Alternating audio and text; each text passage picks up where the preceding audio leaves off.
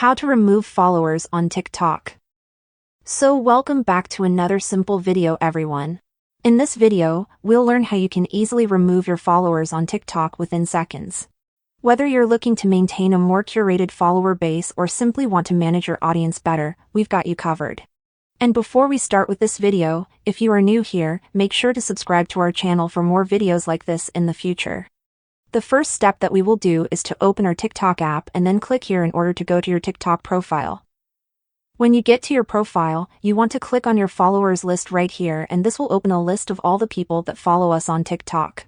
When you find a specific profile which you want to remove from your followers, simply tap on the three dots next to his or her name and then remove this follower. Now this person won't follow you anymore on the platform. And another way that we can remove a follower is to go to their profile, then tap on this little sharing icon at the top right corner of the screen. This sharing menu will pop up, and you can click on the Remove Follower button in order to remove the profile from your followers. But if that isn't enough, you can always block them by clicking here. And that's it, guys.